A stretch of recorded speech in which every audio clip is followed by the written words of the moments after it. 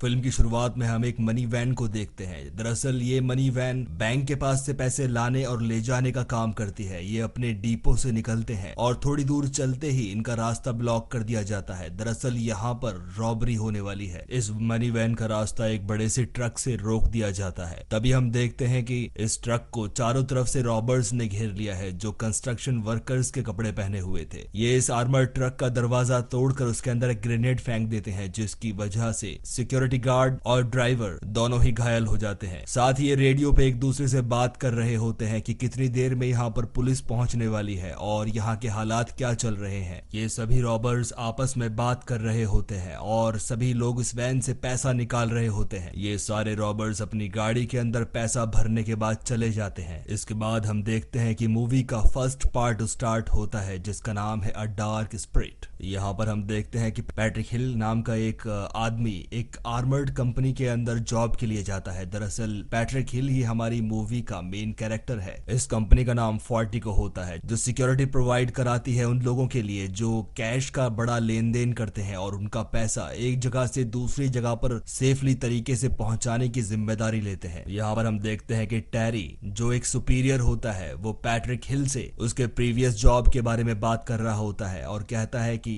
ये तुम्हारे रिज्यूमे में बहुत अच्छा काम करेगी। थोड़ी देर में वहां पे बुलेट नाम का एक आदमी आ जाता है। वो पैट्रिक हिल की फाइल उठाता है और कहता है कि अब से हम तुम्हें सिर्फ एच बुलाएंगे। एच को इस कंपनी के अंदर हायर कर लिया जाता है और साथ ही उसकी 60 घंटे की ट्रेनिंग भी स्टार्ट होती है, जिसके अंदर उसे 70% मार्क जरूर लेकर आने हैं। इसके अंदर रनिंग, एक्सरसाइज और टारगेट प्रैक्टिस की जाती है। साथ ही कैश ट्रक को चलाने की भी ट्रेनिंग दी जाती है। इस पार्ट में हम देखते हैं कि एच को 70% मार्क्स ही मिले हैं, जो कि बिल्कुल बॉटम लाइन है इस जॉब को पाने के लिए। इसके बाद हम देखते हैं कि बुलेट एज को बाकी के टीम मेंबर्स से बुलवाता है। इस टीम का नाम फॉर्मूला 1 होता है। इसके बाद एज को उसके हथियार दे दिए जाते हैं ताकि वो अपने पहले काम पर जा सके। इसके बाद हम देखते हैं कि डेव और उसका पार्टनर मनी का पैकेट छोड़ने के लिए एक जगह पर जाएंगे, जिनके साथ बुलेट भी जाएगा। लेकिन बुलेट इस ड्रॉप पे जाने से पहले स्टिकी जॉन को वहां से हटा देता है और उसकी जगह एज को अपने साथ लेकर जाता है। ये देखने के बाद स्वीट डेव एज से कहता है कि तुम्हें आइडिया भी नहीं है कि ये जॉब हमारी कितनी ज्यादा खतरनाक है। एज भी उसके जवाब में यही कहता है कि हाँ, मुझे बिल्कुल भी पता नहीं है कि ये कितनी खतरनाक है। इसके बाद ये तीनों अपने ट्रक में बैठकर पैसों को डिलीवर करने के लिए जाते हैं, जहां पर स्वीट डेव उसे बताता है, क्या तुम्हें पता है कि कुछ दिन पहले जो यहाँ पर रॉबरी हुई थी, उस ट्रक के अंदर मुझे होना चाहिए था, लेकिन उस दिन मैं छुट्टी पर था। ये सुनने के बाद एज को थोड़ा सा शक होता है और वो उससे पूछता है कि तुम उस दिन कहाँ थे। डेव कहता है, मुझसे भी पुलिस वालों ने इसी तरह से पूछा था, लेकिन मैं उस दिन हैंगओवर की वजह से ऑफिस नहीं आ पाया था और मेरी जगह किसी दूसरे को जाना पड़ा और उसको अपनी जान गंवानी पड़ी। यहाँ पर हम देखते हैं कि ये बात करते हुए एक बिल्डिंग में पहुंच जाते हैं, जहां से इन्हें $2 मिलियन वहां से पिकअप करने थे। इन पैसों को पिकअप करने के लिए बुलेट एज को अपने साथ लेकर जाता है ताकि वो देख सके कि एज कितना ज्यादा एफिशिएंट है इस जॉब के लिए। ये पैसे पिकअप करने के बाद वापस अपने डिपो में आ जाते हैं, जहां पर बहुत ही ज्यादा सिक्योरिटी होती है। इस डिपो में काम करने वाले को हर एक सिक्योरिटी चेक से गुजरना पड़ता है, जो कि बहुत ज्यादा स्ट्रिक्ट है। डिपो में आने के बाद बुलेट एच और बाकी के सभी मेंबर्स एक रिक्रिएशन रूम में जाते हैं, जहां पर थोड़ा सा टाइम बिताया जाता है। एच उस रूम में जाने से पहले वहां पर रखे हुए सभी एम्प्लॉइज के आईडी कार्ड्स को गौर से देखता है और उसके बाद उस रूम में चला जाता है। वहां जाने के बाद वहां पर सभी लोग इसके बारे में बात कर रहे होते हैं कि एच ज्यादा नहीं बोलता। तभी कंपनी का एक और वर्कर वहां पर आता है और एच से उसके बारे में जानने की कोशिश करता है। वो पूछता है कि तुम इससे पहले कहां पर जॉब किया करते थे। एज कहता है कि उससे पहले मैं ऑरेंज डेल्टा सिक्योरिटी यानी कि यूरोप के अंदर जॉब किया करता था। इसके बाद एज अपना कन्वर्सेशन वहीं पर खत्म कर देता है और उस एम्प्लॉय से वहां से जाने के लिए कहता है, जिसकी वजह से उसको बहुत ज्यादा बुरा लगता है। वो उसके बारे में और भी ज्यादा शक करने लग जाते हैं। इसके बाद हम देखते हैं कि एक दिन एज, बुलेट और डेव कहीं पर पैसों की डिलीवरी देने के लिए गए थे, जो कि बहुत थोड़ा सा अमाउंट था। लेकिन वहां पर बुलेट को हॉस्टेज बना लिया जाता है, यानी कि बंदी बना लिया जाता है और उसके बदले में उनके ट्रक के अंदर रखे हुए $2 मिलियन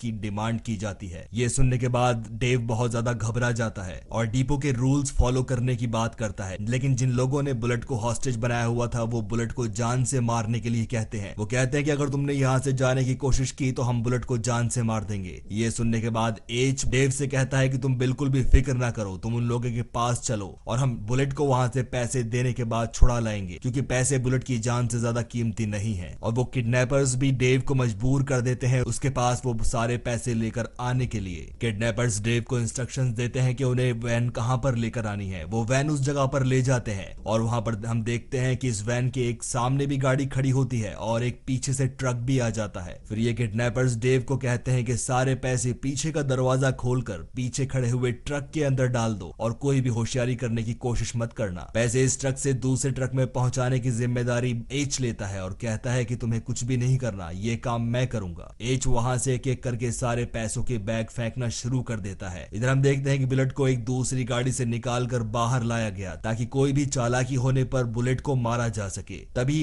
एच उन पैसों के बैग को फेंकता हुआ एक बैग उस गाड़ी से बाहर फेंक देता है, जिसकी वजह से किडनैपर्स बहुत ज्यादा परेशान हो जाते हैं। उसमें से एक किडनैपर निकालकर उस पैसे के बैग को वापस ट्रक में डालता है, लेकिन जैसे ही वो बाहर आता है एच बड़ी चालाकी से अपनी गन निकालकर उसको शूट कर देता है और बाहर आने के बाद नॉर्मल तरीके से, बहुत काम तरीके से एक एक करके उन किडनैपर्स को शूट करना शुरू कर देता है, मानो ऐसा कि वो बहुत बड़ा एक्सपर्ट हो। उसका निशाना एक भी बार नहीं चूकता और उन किडनैपर्स के बॉस का पीछा करते हुए एक वेयर हाउस में जाता है। वो वहां पर पूछता है कि बताओ तुम किसके लिए काम करते हो। वो उसको उल्टा जवाब देता है, यानी कि उसे कुछ भी नहीं बताता और एच उसे वहीं पर शूट कर देता है। तभी बुलेट और डेव पीछे से आते हैं और ये देखकर हैरान हो जाते हैं कि आखिर किस तरह से एच ने पूरे गैंग का सफाया कर दिया। दूसरे सीन के अंदर हम देखते हैं कि एच को पुलिस इंटेरोगेट कर रही है कि उसने किस तरह से इस गैंग का सफाया किया, क्योंकि उसकी शूटिंग स्किल्स बहुत ही ज्यादा शार्प थी। एच उसके जवाब में यही कहता है कि सिर्फ प्रेशर में आने के बाद मेरा एम बिल्कुल निशाने पर लगा, इससे ज्यादा और मैं कुछ भी नहीं कह सकता। इसके बाद एच को एक वीडियो क्लिप दिखाई जाती है जिसके अंदर मूवी के स्टार्टिंग में दिखाई गई रॉबरी को दिखाया जाता है और उसके बारे में एच से पूछा जाता है। एच इस क्लिप को देखने के बाद बहुत ज्यादा परेशान हो जाता है और कहता है कि मुझे इसके बारे में कुछ भी नहीं पता। एच वहां से उठकर बाहर आ जाता है जहां पर उसका सीनियर उससे कहता है कि इतने बड़े इंसिडेंट के बाद हमारी कंपनी की पॉलिसी है कि तुम डेस्क जॉब करोगे, यानी कि तुम फील्ड में 1 महीने तक नहीं जाओगे क्योंकि डिप्रेशन की वजह से लोग गलत फैसला ले लेते हैं। इसके जवाब में एच कहता है कि क्या मैं तुम्हें डिप्रेस लगता हूं। तभी वहां पर कंपनी का ऑनर आ जाता है और वो एच की बहुत ज्यादा तारीफ करता है और इसी के साथ साथ वो सीनियर से कहता है कि हमें ऐसे ही लोगों की जरूरत है, तुम एच को डेस्क जॉब नहीं दोगे बल्कि उसे फील्ड में भेजोगे ताकि हमारा पैसा सेफ रह सके। तभी हम देखते हैं कि वो पुलिस वाले जो एच से बात कर रहे थे वो अपने सीनियर को फोन करते हैं और वो इससे कहते हैं कि ये वही है जिसकी तलाश ब्यूरो पिछले 25 साल से कर रही है। इस पर उनका बॉस कहता है कि तुम उसे कुछ भी नहीं कहोगे, उसे वहीं पर ऐसे ही रहने दो, ये जानते हुए भी कि ब्यूरो इसकी तलाश पिछले 25 साल से कर रही है। अगर यहाँ पर कुछ उल्टा हो जाता है तो डिपार्टमेंट की बदनामी होगी। इनका सीनियर इनसे कहता है कि ऐसा कुछ भी नहीं होगा, वो पैसे के लिए वहां पर नहीं गया है, तुम उसे वो करने दो जो वो करना चाहता है। अगले सीन में हम देखते हैं कि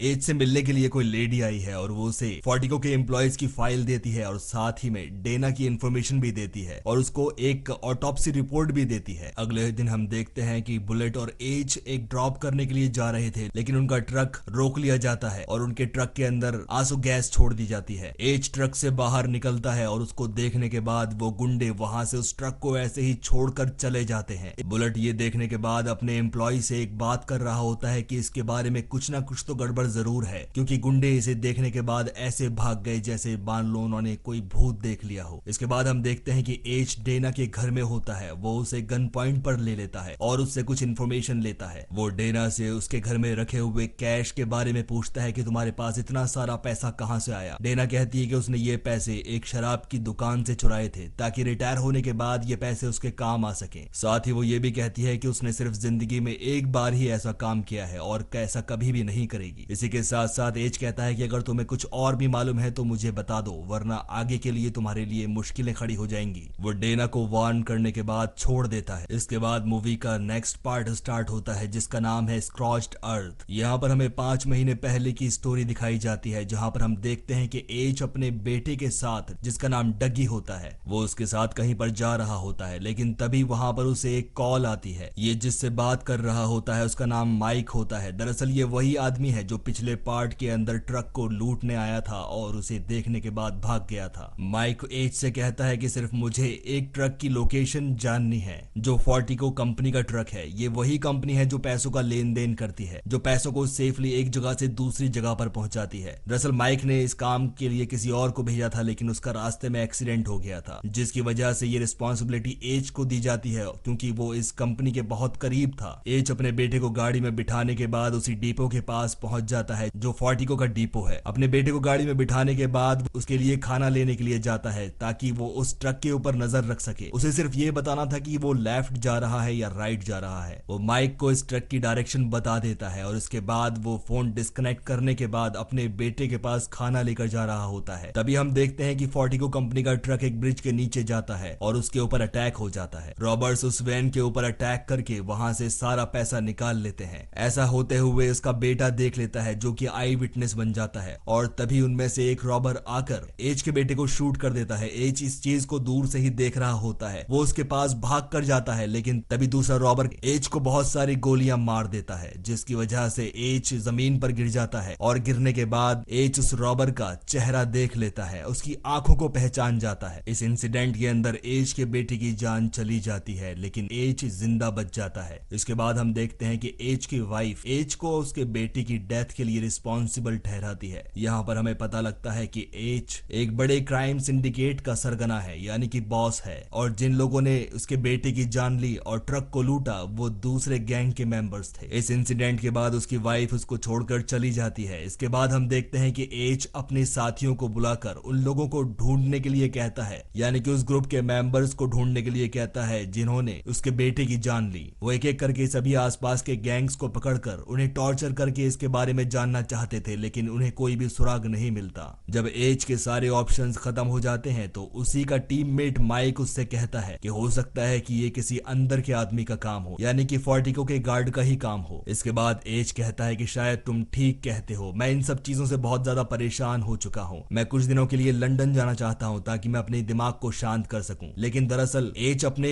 कॉन्टेक्ट्स के जरिए एक नकली आइडेंटिटी बनवाता है जिसमें उसका नाम पैट्रिक हिल होता है और इसी के साथ साथ वो डगी यानी कि अपनी बेटे की पोस्टमार्टम रिपोर्ट भी निकलवा लेता है। इसके बाद हम मूवी का वही सेकंड पार्ट देखते हैं जो घोस्ट स्प्लिट के नाम से जाना जाता है, जहां पर एच फोर्टिको कंपनी के अंदर इंटरव्यू देने के लिए आता है और बाकी की स्टोरी तो आप जानते ही हैं। यहाँ पर अब हम मूवी का थर्ड पार्ट देखते हैं जिसका नाम है बैड एनिमल बैड। इस पार्ट के अंदर हम कुछ ऐसे लोगों को देखते हैं जो पहले मिलिट्री के लिए काम किया करते थे और वो अब चोर बन चुके हैं। इनके हेड का नाम जैक्सन होता है और यहीं पर वो आदमी भी होता है जिसका नाम जैन होता है और इसी ने डगी यानी कि एज के बेटे की जान ली थी। ये एक बड़ी चोरी का प्लान बनाते हैं जो कि वो कंपनीज इनकी टारगेट होती हैं जो कैश को एक जगह से दूसरी जगह पर ले जाती हैं और इन्हीं डकैतियों के दौरान इन्हें फोर्टिको के अंदर एक लीड मिलती है जहां पर इन्हें पता लगता है कि एक ट्रक के अंदर $2 मिलियन को लेकर दूसरी जगह पर जाया जा रहा है और तभी हम देखते हैं कि ये चोरी वही है जहां पर एज के बेटे को शूट कर दिया गया था। इस चोरी के कुछ महीने के बाद हम देखते हैं कि जैक्सन अपने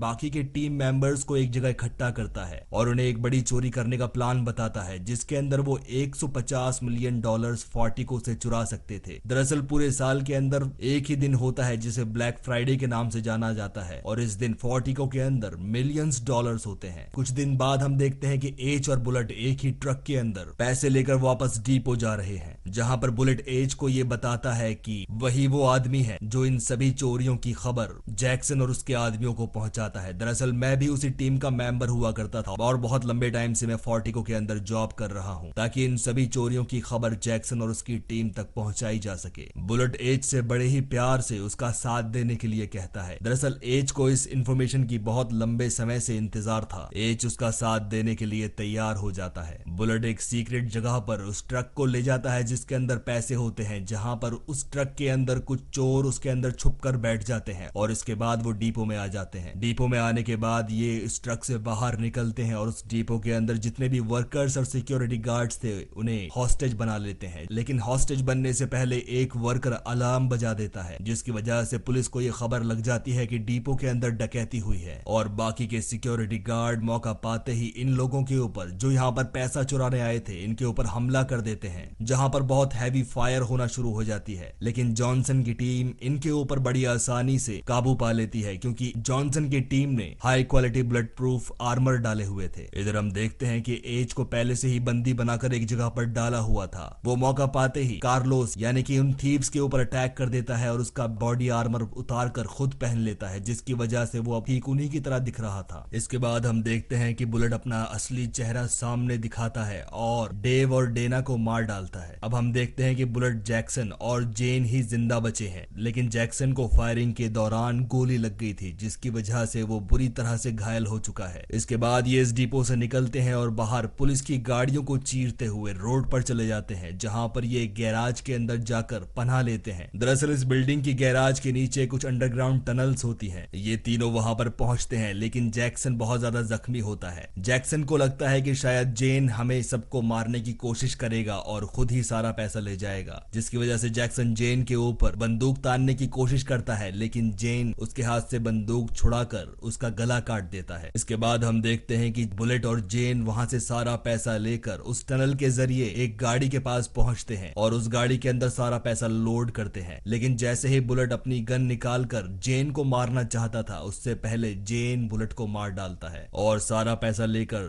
जेन सही सलामत उस टनल के जरिए वहां से निकलकर आजाद हो जाता है। इसके बाद हम देखते हैं कि जेन अपने अपार्टमेंट में है और बाथरूम से निकलकर एक टेबल के पास ड्रिंक करने आता है, लेकिन तभी वहां पर एक फोन बजना शुरू हो जाता है जो उन मनी बैग्स के अंदर था, जिसको जेन अपने अपार्टमेंट में ले आया है। जैसे ही वो फोन उठाता है, तभी वहां पर एच की आवाज आती है। दरअसल ये एच ने पहले से ही प्लान किया हुआ था ताकि उसकी लोकेशन को जान सके। इसके बाद एच जेन को बताता है कि तुमने जिसे मारा वो मेरा बेटा था। वो उसे उसकी पोस्टमार्टम रिपोर्ट दिखाता है, जिसके अंदर डगी के इंटरनल ऑर्गन्स पर गोली लगने की वजह से उसकी मौत हो जाती है। तभी एच अपनी गन लेकर जेन को भी उसी तरह से शूट करता है, उसके इंटरनल ऑर्गन्स डैमेज कर देता है, जिसकी वजह से जेन वहीं पर मर जाता है। इसके बाद एच वहां से बाहर निकल कर आता है, जहां पर FBI चीफ होता है। वो सारा पैसा FBI चीफ के हवाले कर देता है और हम देखते हैं कि उसका एक साथी ऑलरेडी उस अपार्टमेंट के बाहर एक गाड़ी लेकर उसका इंतजार कर रहा है, जिसमें बैठने के बाद वो वहां से चला जाता है और मूवी यहीं पर खत्म हो जाती है। दोस्तों, अगर आपको ये फिल्म पसंद आई तो नीचे कमेंट करना बिल्कुल मत भूलिएगा। मिलता हूं आपसे नेक्स्ट वीडियो में, तब तक के लिए टेक केयर।